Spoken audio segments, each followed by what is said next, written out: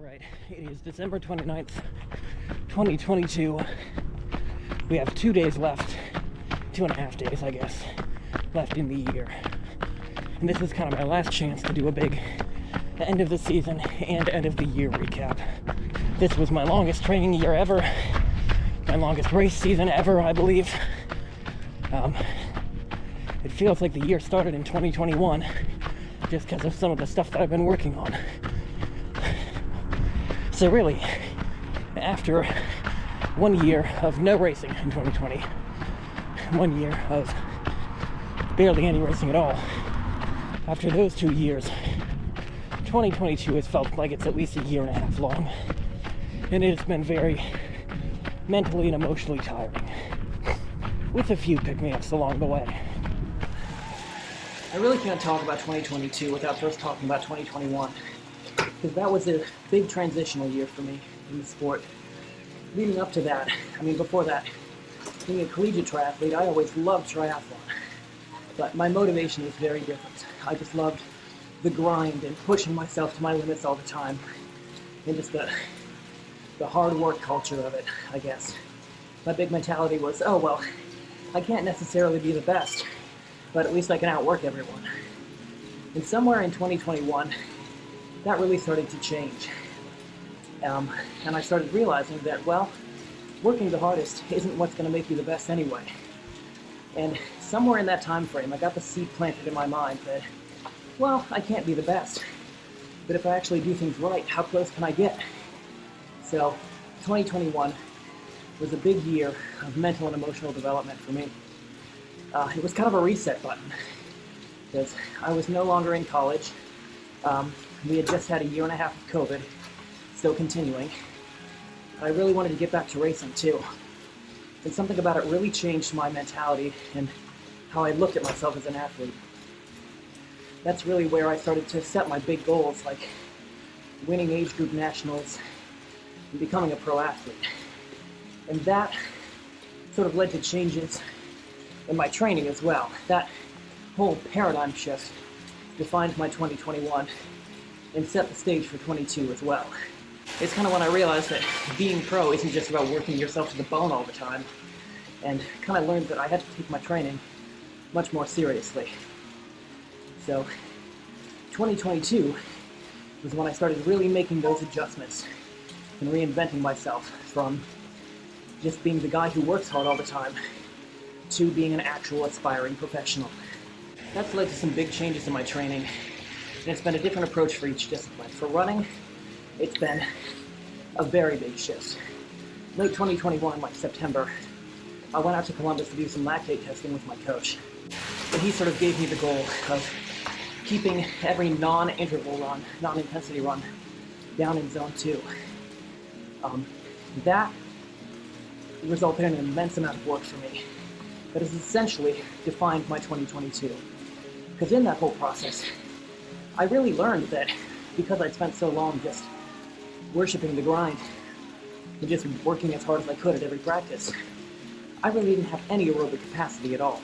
So staying in zone 2 very often meant slowing way down to a very slow jog and even walking. And I spent hours and hours in 2022 doing that. And it's been very frustrating for someone like me who just wants to cut loose and work hard. But it's been a paradigm shift that I've gradually gotten used to. Recognizing that it's still very much a work in progress, it has been a pretty big disappointment for me in terms of performance. I am still making slow progress on building up that zone 2 aerobic capacity, but it really just hasn't started translating into performance gains yet.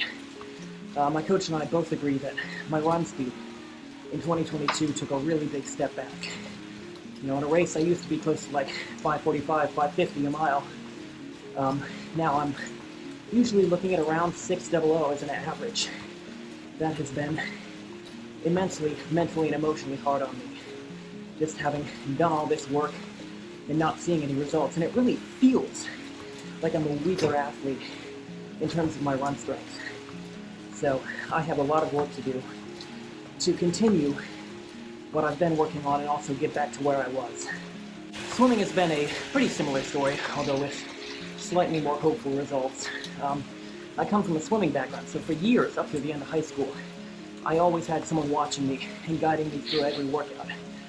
Not the case in college, so in my traditional fashion, I spent years just putting in these big, huge practices, putting in a ton of capacity, mostly zone 3 and 4, sometimes 20,000 yards a week, and all of it was hard work, but my times and pace just kind of plateaued. I didn't go anywhere. I was working hard for nothing.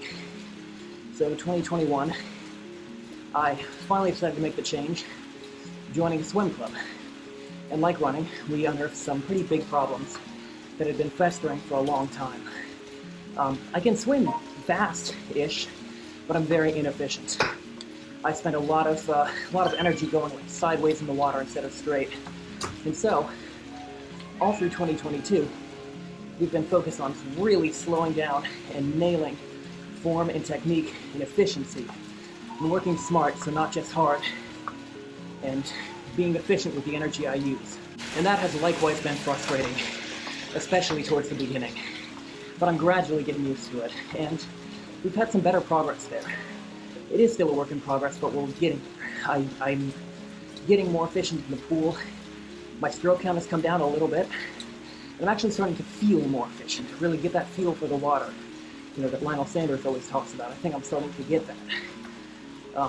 I'm back under 21 minutes in an Olympic distance swim, and I have been for pretty much the entire year. So the performance gains and the results are actually starting to show up, and that has been very encouraging, because that's really the first time since high school that I've had any sort of improvement in my swim. And then there's this guy, and this has really been where the focus has been for the past year, the past 2 years, even beyond that. Really building up my bike leg. Sort of like all the moderate intensity and empty work that I put into swimming and running has been shifted into cycling. And this is really what we've needed. I come from a swimming background and a little bit of running, so no real biking experience. And I've learned and kind of always known that I'm very weak on the bike. It is definitely my weakest leg.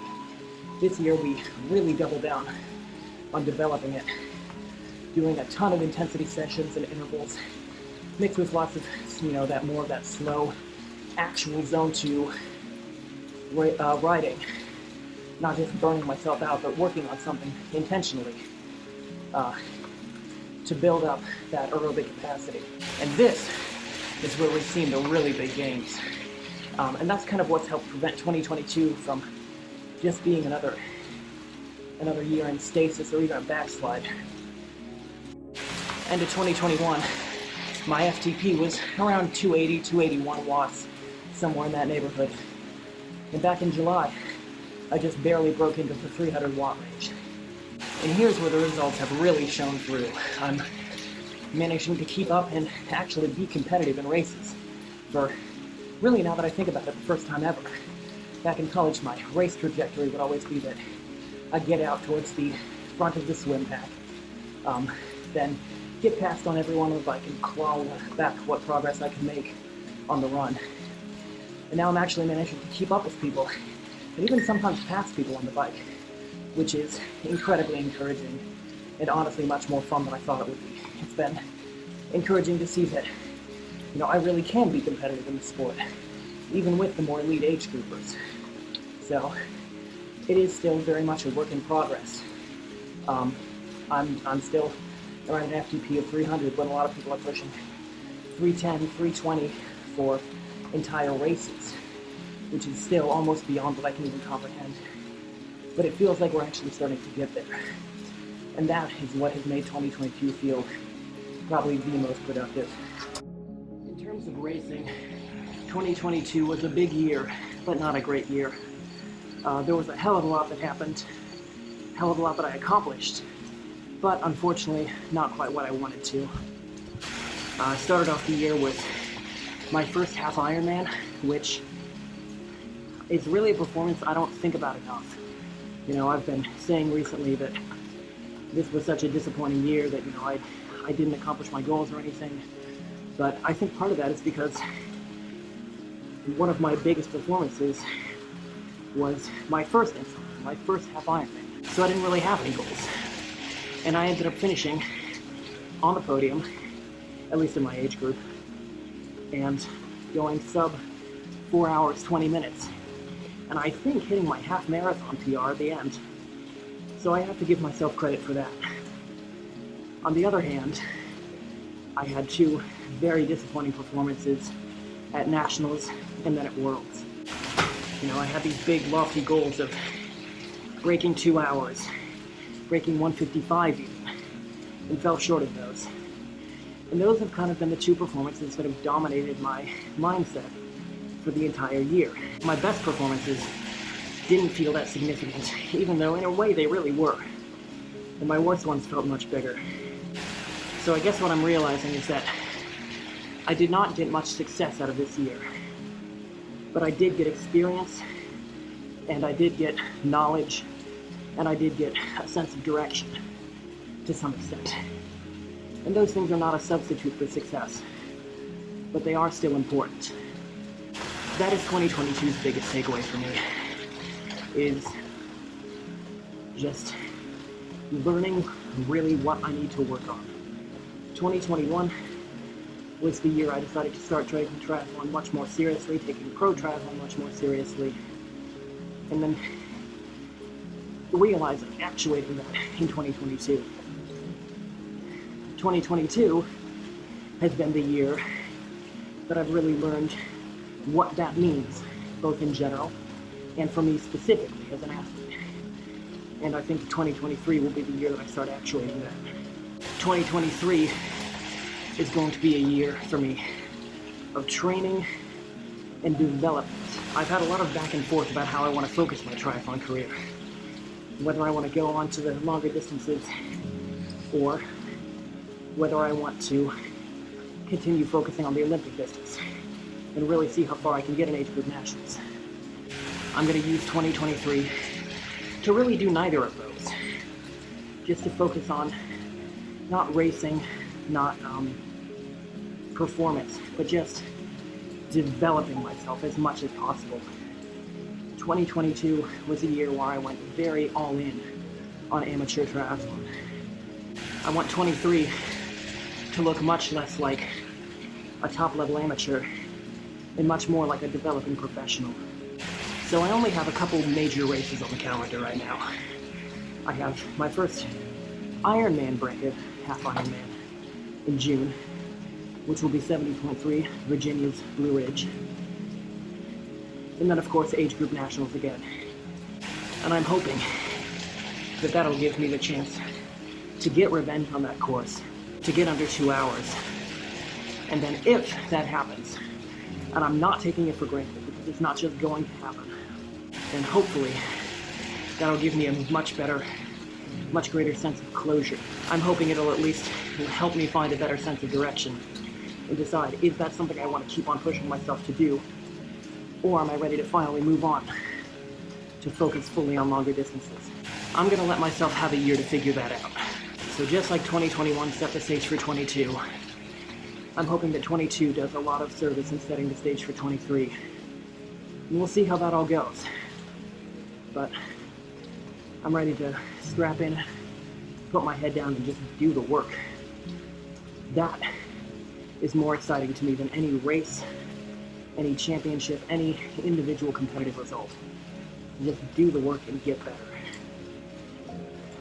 If you're even watching this, thank you so much for continuing to accompany me on this journey, for listening to me ramble and vent and everything. And I look forward to working with you, to training with you, to racing with you, and hopefully to impressing you in the coming year. We'll see you in 2023.